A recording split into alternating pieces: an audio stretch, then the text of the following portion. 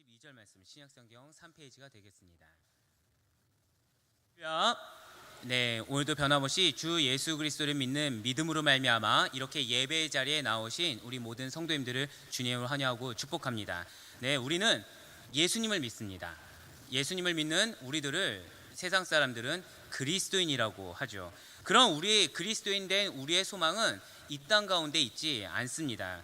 저 천성이 우리의 소망입니다. 그리고 주님의 부활이 우리의 참된 소망이라는 거예요. 그렇습니다. 우리는 주님이 다시 오실 그날을 소망으로 두고 재림을 준비하는 그리스도인이라는 것이죠. 그런데 오늘 여기에 또 한 명의 준비하는 자가 있다라는 거예요. 그는 메시아가 되시는 예수 그리스도의 오실 길을 예배하였습니다. 그렇습니다. 오늘 본문에서 말하고 있는 그는 바로 오늘 메시지의 제목이기도 한 세례 요한, 바로 세례 요한입니다. 세례 요한은 예수님께서 공생의 사역을 시작하시기 전에 그의 오심을 미리 준비하는 사역, 예수님의 오심을 미리 준비하는 사역을 감당했어요. 그는 이스라엘 백성에게 하나님의 심판이 임박했습니다 라는 것을 강력하게 선포했다라는 것이죠. 그리고 세례를 베풀고 그 세례를 베푼 이스라엘 백성들에게 회개를 촉구하였습니다. 많은 사람들이 그를 흠모하고 뒤따랐어요. 그럼에도 불구하고 그는 많은 사람들이 자신의 뒤를 따른다고 해서 교만해진 것이 아니었습니다. 그는 오히려 스스로를 한없이 낮추었으며 오직 단 한 가지, 예수님을 맞을 준비, 그 단 한 가지를 할 수 있도록 사명에만 전념했다는 것이죠. 그 사명의 길 가운데 그는 세상의 영광의 길을 간 것이 아니었습니다.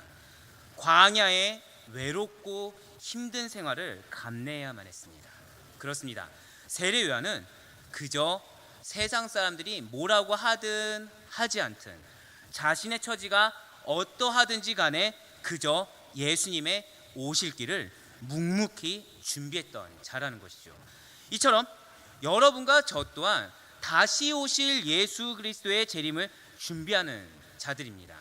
사실 우리가 살아가고 있는 오늘날의 세대는 너무나도 혼탁해요.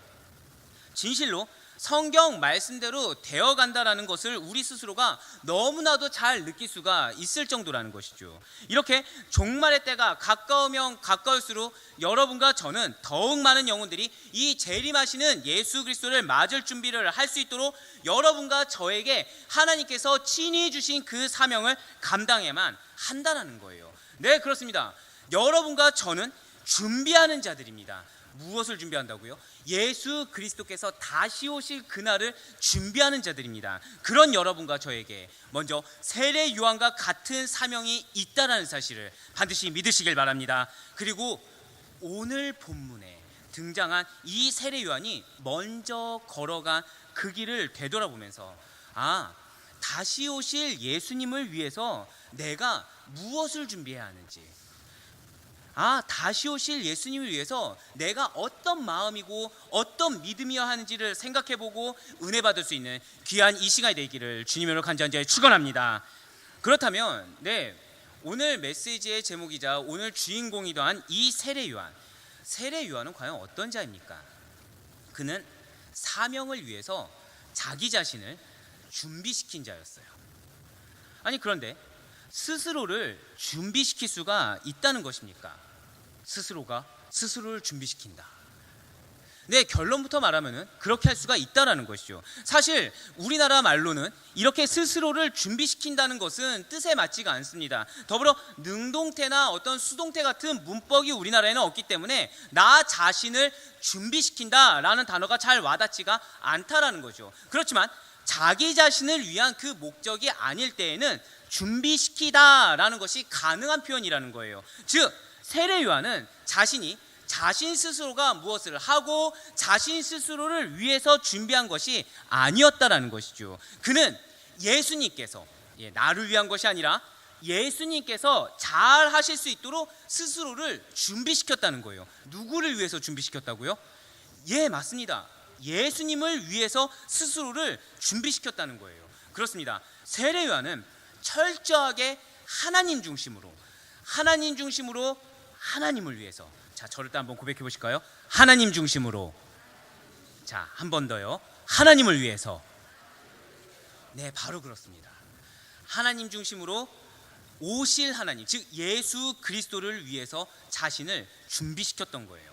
그는 출생부터 철저하게 하나님을 위해 살아가는 자로 선택을 받았고 또 하나님을 위해 살아가는 자로 지음을 받았습니다. 세례 요한은 제사장 가문에서 태어났어요. 특별히 제사장 가문에 샤가라와 엘리사벳 사이에서 출생했는데 그 이름과 사명은 다름 아닌 하나님의 천사가 정해주었다는 것이죠. 바로 누가복음 1장 13절 말씀입니다. 누가복음 1장 13절 말씀입니다. 천사가 그에게 이르되 사가랴여 무서워하지 말라. 너의 간구함이 들린지라. 내 아내 엘리사벳이 내게 아들을 낳아주리니 그 이름을 요한이라 하라. 아멘. 그렇습니다. 지금 천사 가브리엘이 지금 무엇을 지어줍니까? 엘리사벳이 아들을 낳을 것이란 것을 예고했어요. 그러면서 그녀가 낳을 아들의 이름까지 지금 천사 가브리엘이 지어주었다는 것이죠. 사가랴는 자신이 낳을 그 아들의 이름을 스스로의 뜻으로 그리고 스스로의 의지로 지을 수가 없었고 하나님이 명하신 이름을 그대로 따라야 했다는 거예요. 이렇듯 세례 요한은 태어나기 전부터 그의 이름이 정해져 있었다는 것이죠. 이렇게 정해진 그의 이름, 정해진 세례 요한의 이름의 뜻은 과연 무엇입니까? 바로 하나님은 은혜로우시다.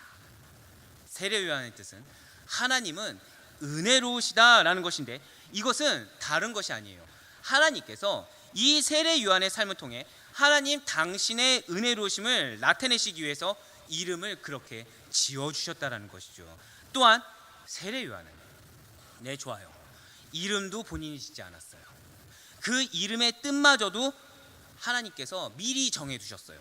그런데 세례 요한은 단순히 이름뿐만이 아니라 그가 살면서 무슨 일을 할지도 미리 정해져 있었다라는 것이죠.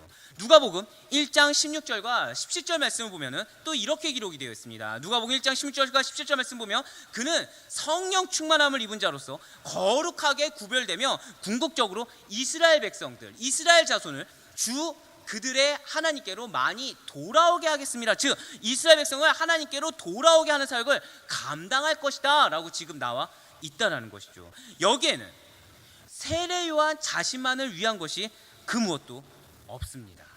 여기에는 세례 요한이 자신의 생각, 자신의 감정, 자신의 계획에 따라 움직여도 된다는 것은 단 하나도 없어요.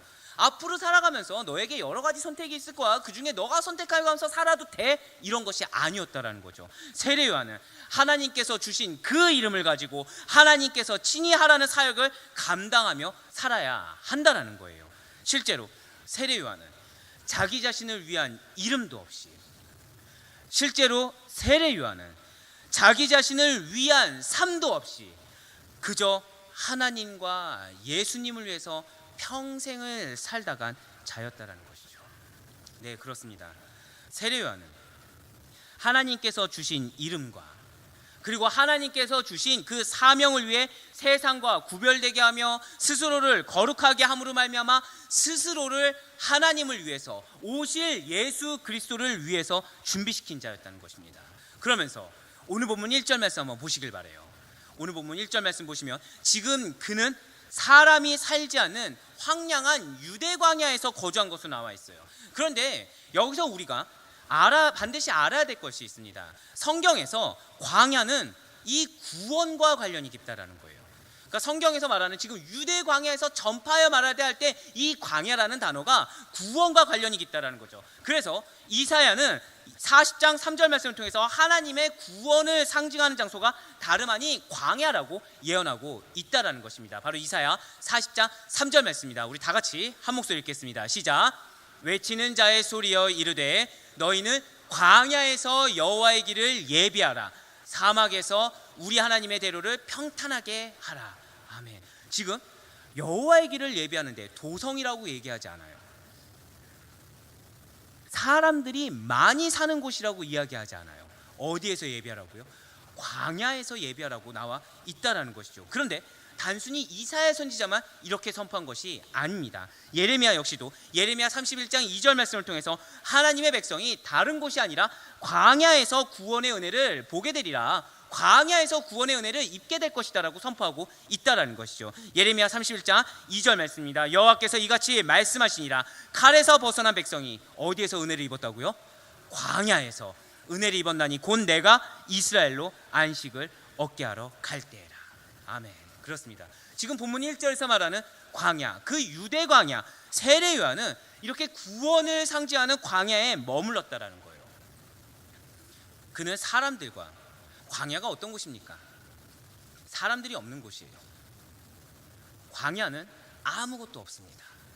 실제 이스라엘의 그 광야를 보시게 되면 바위 아니면은 모래, 황량한 바람 이런 것들로 다라는 걸 발견할 수가 있어요. 아무것도 없습니다. 그 사람들과 격리된 장소인 그러한 광야에서 하나님과만 교제했어요. 사람들과 격리된 그 광야에서 사명을 감당할 자라는 것을 자신 스스로가 인지하고 되새기면서 스스로를 거룩하게 준비시켰다는 거죠. 결코 새 속에 물들지 않았습니다. 결코 사람들과 동행하며 사람들의 가치관에 따라 타협하면서 자신의 사명을 감당하려고 하지 않았습니다. 오직 거룩했어요. 주와 함께만 동행했습니다. 집중한 것은 오직 단 하나, 사명. 하나님이 나에게 명하신 그 사명에만 집중했다는 거예요. 의복도 절제했어요. 주식도 절제했어요. 과욕을 부리지 않도록 스스로를 제한했습니다. 그는 우리가 기억해야 될 게 있어요. 그는 어디서 태어났냐면 분명 제사장 가문에서 태어났다는 거예요. 이 뜻이 무엇이냐면 제사장 가문에서 태어나면 충분히 평안한 거주지가 있어요. 먹을 음식도 제공받을 수가 있었다라는 거죠. 그는 가만히 자신이 태어난 그 신분 그대로 자라나기만 해도 거주지도 있고 의복도 있으며 먹을 것도 충분히 제공받을 수가 있었다라는 것입니다. 그것도 형통하게. 근데 그는 결코 그렇게 하지 않았다라는 것이죠. 실제 광야에서 사는 세례 요한이 입었던 옷이 무엇입니까? 약대옷, 낙타털 옷이에요. 그리고 가죽띠를 두른 복장이라고 하고 있죠. 이것은 당시에 가난한 자들이 입었어요. 또는 광야에서 수행, 그것도 힘든 수행하는 자들만이 입었던 의복 형태였습니다. 또한 광야에서 사는 이 세례 요한의 주식이 무엇이었습니까? 메뚜기나 석청이었죠. 이거 역시도 당시 보통 사람들의 일상적인 주식은 아니었다라는 거예요. 이것이 무엇을 뜻하는 것입니까? 그가 세속적인 사람들, 세상에 속한 사람들의 주요 관심사인 의식, 주, 이 생활들을 다 초월했다는 거예요. 그에게 있어 가장 중요한 것은, 저를 한번 따라해 보실까요? 사명. 그거 하나다는 거예요. 사명 하나가 중요했다는 거죠.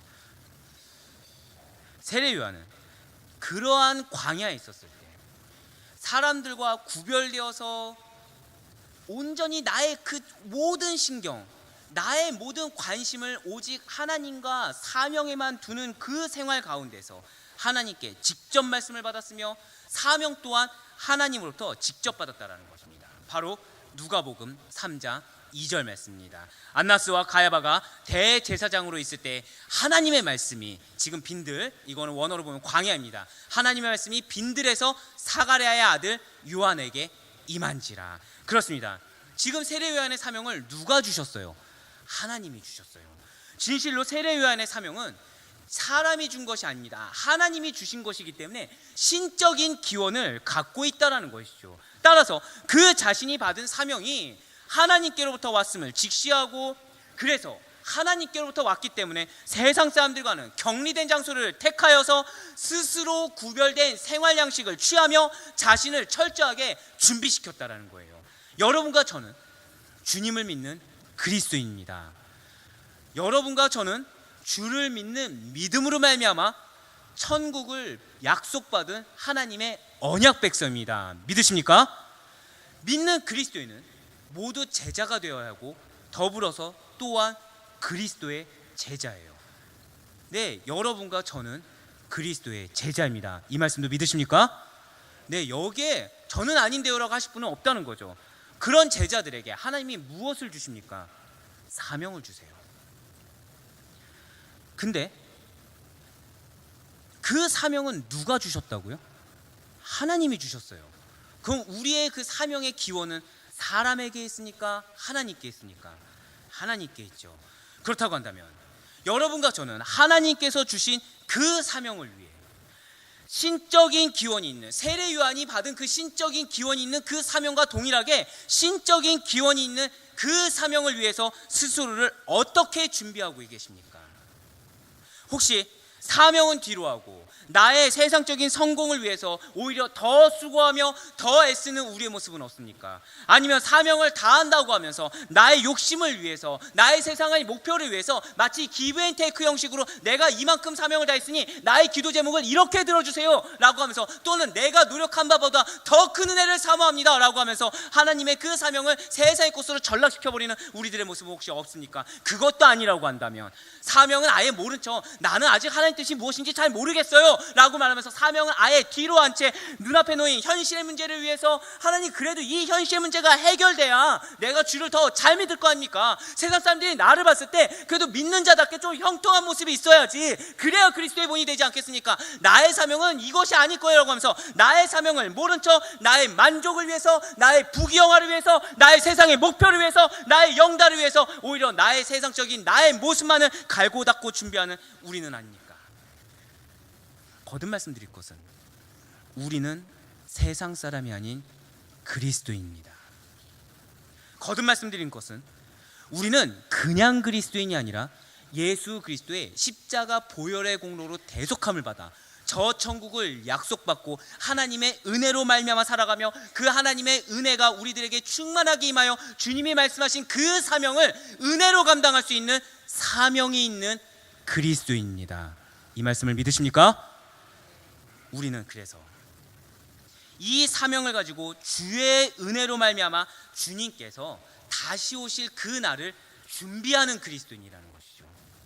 진실로 주의 길을 예배했던 세례 요한과 같이 여러분과 저 또한 예수님의 재림을 준비하는 자로서 진실로 구별된 삶을 살고 있는지, 스스로를 정말로 거룩하게 준비시키고 있는지를 되돌아보고 다시금 준비하는 자, 다시금 준비된 자로서 살아갈 수 있는 여러분과 제가 되길 간절히 축원합니다. 그런데 좋아요. 자신이 이렇게 거룩하게 준비했던 세례 요한이 그 사명을 위해서 자기 자신만 준비시켰을 뿐만 아니라 다른 영혼 또한 준비시켰다라는 것이죠. 오늘 본문 2절 말씀 한번 보시길 바랍니다. 자, 우리 오늘 본문 2절은 다 같이 한 목소리 읽도록 하실게요. 시작. 회개하라, 천국이 가까이 왔느니라 하였으니. 이것이 바로 지금 세례 요한의 사역이에요. 그의 사역은 회개와 함께 천국이 왔음을 선포하는 것이라는 거죠. 세례 요한은 이스라엘 백성들에게 하나님의 심판이 임박했습니다. 그렇기 때문에 여러분들은 지금 빨리 다른 날로 미뤄서 되는 것이 아니라 죄에서 돌이키는 회개를 해야 합니다라고, 그 회개, 천국을 믿는 믿음으로 말미암은 회개를 촉구했다라는 거예요. 세례 요한은 온 유대와 요단강 사방의 사람들에게 세례를 베풀고 그들로 하여금 회개하여 그리스도를 영접할 마음의 준비를 시켰다라는 거죠. 왜입니까? 왜 회개하여서 예수 그리스도를 영접할 마음의 준비를 시킨 것입니까? 회개를 통해 준비된 심령만이 예수 그리스도께서 다시 오실 때 심판을 면하고 성령의 죄 씻음의 은혜를 받을 수가 있기 때문이라는 거예요. 네, 그렇습니다. 아무리 높은 지위에 있는 자라고 하더라도, 아무리 선민의식에 젖어 있는 자라고 하더라도 진정한 회개와 진정한 돌이킴이 없이는 예수 그리스도를 통한 구원의 은혜를 결코 받을 수가 없다라는 거예요. 그래서 세례 요한은 7절 말씀을 통해 바리새인과 사두개인들을 향하여 이렇게 심한 메시지를 한 것입니까? 7절 말씀 한번 보시길 바라요. 독사의 자식들아, 독사의 자식들아. 이 바리새인과 사두개인들이 대체 어떤 자들이기에 이렇게 세례 요한이 강력하게 질책하고 있는 것입니까? 바리새인은 모세오경의 율법과 장로의 유전과 같은 오래된 전통을 철저하게 지켰어요. 그러면서 형식적으로 위선적인 신앙을 고수하던 자였다는 것이죠. 근데 사두개인들은 그런 바리새인들을 적대시합니다. 그러면서 전통과 구정을 거부하고 성경도 일부만 인정하던 자들이었어요. 그런데 이 많은 바리새인과 사두개인들 사이에는 공통점이 있었다는 거죠. 그것은 그들이 기득권층이었다는 사실이에요. 그리고 그것은 그들이 이스라엘의 종교, 이스라엘의 권력, 그리고 경제적인 부를 독점하던 자들이었다는 거예요. 더불어서 그들의 가장 큰 공통점은 그들에게는 결정적으로 하나님이 없었다는 것입니다. 그들은 하나님이 없는 그 자리를 영적인 무지와 교만으로 가득 채워버렸어요. 세례 요한을 찾아왔어요. 그 바리새인과 사두개인들은 세례를 받기 위해서, 회개하고 정말 천국에 가까움을 믿기 위해서 찾아온 것이 아니라는 거죠. 당시의 요한에게 세례를 받고자 한 자들이 폭발적으로 늘어납니다. 그러면서 지대한 관심이 세례 요한에게 다 쏠려버려요. 그렇기 때문에 그 세례 요한의 말과 행동을 관찰하고 조사하기 위해서, 흠집을 잡기 위해서 악한 목적으로 찾아왔다라는 거죠. 그래서 세례 요한은 세례를 받을 마음이 없고 세례를 받을 자격이 없이 온통 위선과 탐욕으로 가득 차 있는 바리새인과 사두개인들에게 거칠게 이 독사의 자식들아라고 책망했다는 거예요. 그들은 그릇된 선민의식만 있었습니다. 그들은 올바른 죄인의식이 없었어요. 그렇기 때문에 세례 요한은 그들을 향해, 이 바리새인과 사두개인들을 향해서 회개에 합당한 열매를 맺어야 한다. 방금 제가 뭐라 말씀드렸죠? 회개에 합당한 열매를 맺어야 한다라고 외친 것입니다. 이 말씀을 우리 기억해야 돼요. 여기서 우리가 반드시 잊지 말아야 될 사실은, 온전한 회개는 단순한 입술의 고백, 단순한 죄의 자복으로만 끝나는 것이 아니라 합당한 열매가 있어야 한다는 사실입니다. 참 회개에 따른 선한 증거가 있어야 한다는 거예요. 또는 선한 행위에 걸맞는 우리 마음속에 선한 동기가 있어야 하는 것입니다. 마음속의 회개가 외적인 생활의 구체적인 모습으로 나타날 수가 있어야 한다는 거예요. 기계적이고 그리고 겉으로 드러난 행위가 좋다라고 해서 진정한 회개가 아니라는 것이죠. 반드시 기억하시길 바랍니다. 회개에 따른 선한 증거는 밖으로 드러나는 행위의 변화와 악한 우리 마음의 근본적인 개혁이 동시에 일어나는 것입니다. 겉다로 속다로가 아니라는 거예요. 겉과 속이 주님의 뜻과 하나님의 말씀에 일치한 것이 회개에 따른 선한 증거라는 것이죠. 간단히 말씀드리면, 여러분과 저의 삶에 우리가 회개를 했다라고 한다면, 한번 저를 따라 고백해 보실까요? 근본적인 변화. 네, 바로 그렇습니다. 우리가 회개를 했다라고 한다면 우리의 삶에 근본적인 변화가 있어야 한다는 사실입니다. 분명 바리새인들은 많은 선한 일을 했어요. 그러나 그들의 내면은 이미 더러워졌고 악한 것으로 가득했습니다.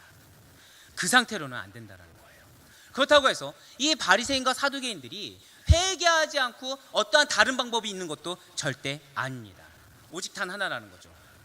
오직 회개하여 예수님을 맞이할 마음의 준비를 해야만 한다는 사실입니다. 지금 세례 요한은 이 땅의 많은 자들이 이렇게 외식하는 바리새인과 사두개인들처럼 예수님이 오셔도 알아보지 못하고 예수님이 오셔도 영접하지 못할 것을 염려하고 있습니다. 안타깝게도 이러한 염려는 오늘날에도 지속되고 있다라는 거예요. 현실의 많은 그리스도인들이 나는 이미 믿음으로 말미암아 구원받았으니까, 이미 구원받은 자라는 생각으로 자신의 선한 동기, 자신의 선한 어떠한 행위를 감히 감찰하지 못하고 있어요. 이렇게 바리새인에 대한 책망을 들으면 뭐야, 나는 어차피 믿고 구원을 받았으니까 나랑은 상관이 없다는 생각으로 마음을 닫아버리거나 눈을 감아버리고 귀를 닫아버리기 일쑤라는 것이죠. 이 정도면, 나 정도면 그래도 현실의 삶에서 물론 회개할 거리는 있겠지만, 이 정도면 나는 잘 믿고 있다고 생각하거나 아니면 부족함이 있다고 하더라도 아직은 우리에게 충분한 기회가 있다고 생각을 해봅니다. 또는 주님께서 내 마음도 아시고 내 형편도 아셔, 그렇기 때문에 괜찮을 거야, 주님께서 다시 한 번 더 기회 주실 거야, 사랑의 하나님이시잖아 라고 하면서 내 기준에서 예수 그리스도의 판단과 예수 그리스도의 평가를, 그 기준을 내가 스스로 결정해 버린다는 거죠. 여러 가지 성경 지식도 있어 버렸어요. 또는 여러 가지 훈련도 받아서 나 자신을 항변할 만한 경험도 있고 지식도 있어서 여러 가지 방어막을 쳐두고 스스로를 위로하고 살아버립니다. 믿음의 중요성, 복음의 중요성도 이미 다 안다고 하면서 전부 다 깨닫지 못한 채 다른 영혼들을 평가하고 공동체를 판단하며 그 가운데 나름의 위안도 삼을 정도로 거룩한 행위도 갖춰버렸어요. 세상 사람들과 다름없이 살아가면서 겉모양만 그리스도인의 흉내를 내버리면서 이신칭의 교리만 내세우고 있는 안타까운 그리스도인들이 이제는 적지 않게 볼 수 있게 되어버렸다는 것이죠. 언제요? 바리새인과 사두개인들이 살던 때가 아니라 작금의 현실이 그러합니다. 이러한 우리들의 모순된 모습으로 교회와 예수님에 대해서 편견을 갖고 점점 더 멀어지고 있는 주변의 영혼들은 혹시 없으십니까? 많은 영혼들이 아직까지 예수님을 믿지 않는 구원받지 못하는 저 지옥불로 가게 될 안타까운 영혼들이 아직까지 너무나도 많이 있는데, 참된 회개를 통해서 예수님을 맞을 준비를 하도록 도움을 주고 돕기는커녕 오히려 내 개인의 유익, 내 개인의 감정 때문에 그들을 실족하게 만드는 우리의 죄악된 모습은 혹시 없습니까? 하나님께서 다시 한 번 더 우리의 신앙을 리뉴얼하기 위해서 기회를 주시는데, 이미 나는 그 훈련도 받았고 나는 이미 그 내용도 안다고 하면서 하나님이 주신 기회조차도 내 스스로의 생각과 판단으로 닫아버리고 그냥 스스로의 의의 길을 걸어가고 있는 여러분과 저의 모습 혹시 없습니까? 주님 다시 오실 그날을 세례 요한과 마찬가지로 준비해야 하는 우리가 아니라 여전히 준비가 안 됐음을 당연하게 하나님 앞에서 항변하고 고백하고 있는 우리의 모습은 진실로 없습니까? 더 이상 미루어서는 안 됩니다. 더 이상 타협해서도 안 됩니다. 우리는 유대인과 같은 잘못된 선민의식을 버리고 겸손하게 나 자신을 되돌아봐야만 합니다. 세례 요한은 맨 서두에 말씀드렸던 것처럼 많은 사람들이 세례 요한을 따랐어요. 많은 사람들이 세례 요한을 인정해 주었어요. 그런데 세례 요한은 거기에 일희일비하지 않았습니다. 세례 요한은 그렇게 많은 세상에 인정이 있다고 하더라도 자신이 오히려 예수의 신을 들기에도 자격이 없는 사람임을, 예수의 신을 들 조차 되지 않는 사람임을 자각했다라는 거죠. 자신의 본질을 깨달았다는 거예요. 예수님이 그 오실 그 길을 예비할 수조차 없는 자라는 것을 너무 잘 알았다는 거죠. 요한 자신이 베푸는 물의 세례와 그리고 그리스도께서 오셔서 베푸실 성령 세례, 불의 세례를 이렇게 친히 대비시킴으로 말미암아 자신에게 향한 그 관심을 예수님께로 돌려드렸습니다. 그는 스스로를 높이려는 교만, 자만심을 버리고 오직 예수님만 높여드리고 예수님께만 영광 올려드리는 그 하나님의 뜻을 그대로 실천했어요. 여러분과 저는 서두에 말씀드린 대로 그리스도인입니다. 여러분과 저는 이러한 세례 요한의 길을 걸어가야 하는, 많은 영혼을 주님을 위해 준비시켰던 이 세례 요한과 같은 사명이 있는 그리스도입니다. 이 말씀 믿으십니까? 그런 우리는 우리 자신의 힘으로 살아갈 수 있는 것이 아니라 은혜로 말미암아 살아갑니다. 이 말씀도 믿으십니까? 이 세례 요한의 모습이 성경에 나온 특정 인물의 모습이 아니라 여러분과 저의 모습이길 간절히 소망합니다. 바리새인과 사두개인이 아닌 세례 요한의 믿음, 세례 요한의 순종의 모습이 여러분과 저의 모습이길 간절히 소망합니다. 반드시 기억하실 게 있어요. 사단은 여러분들이 가진 사명의 무게를 곱절로, 세 곱절, 네 곱절 더 무겁게 느끼게 착각하게 유혹할 것입니다. 그러나 예수님의 멍에는 쉽고 가볍다라고, 사명은 쉽고 가볍다라고 하셨어요. 왜입니까? 그 사명은 우리가 감당하는 게 아니에요. 은혜로 말미암아 하나님이 감당케 하십니다. 근데 사명도요, 선택된 자만 받는 거예요. 어떤 자가 선택된 자입니까? 한번 자신을 향해 고백해 보실까요? 나는 천국 백성이다. 그래서 사명이란 은혜를 주셨다. 아멘. 바로 그렇습니다. 나를 준비시키지 마세요. 세상을 준비시키지 마세요. 다시 오실 예수님을 위해서 나를 준비시키는 여러분과 제가 되길 간절히 소망합니다. 사랑하는 우리 성도 여러분들, 세례 요한은 메시아 되시는 예수님께서 오실 길을 예배한 자로서 자기 자신과 많은 영혼을 준비시키셨어요. 분명 저 천국에서 예수님께서는 여러분과 저에게 물으실 것입니다. 사랑하는 누구누구야, 사랑하는 누구누구야, 무엇을 준비해 가지고 왔니? 사랑하는 누구누구야, 너는 나를 위해서 무엇을 하였니? 라고 물으실 거예요. 근데 우리가 잊지 말아야 될 것은 예수님이 원하시는 것은 결코 세상의 것이 아닙니다. 이 예수님의 질문에 감사함으로 말미암아 기대함으로 말미암아 겸손하게 예수 그리스도께서 바라시고 원하시는 대답을 자신 있게 할 수 있는 여러분과 저의 신앙이 되기를 간절히 소망합니다. 세상과 구별되어서 거룩한 하나님의 자녀로 살면서 천국을 준비할 수 있는 여러분과 저의 삶이라는 사실을 잊지 마시길 바라요.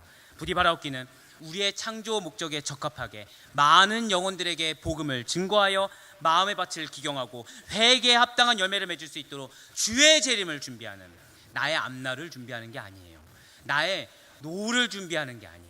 우리가 가장 먼저 준비해야 될 것은 무엇이라고요? 마지막으로 한 번만 저를 따라 하시겠습니다. 주의 재림.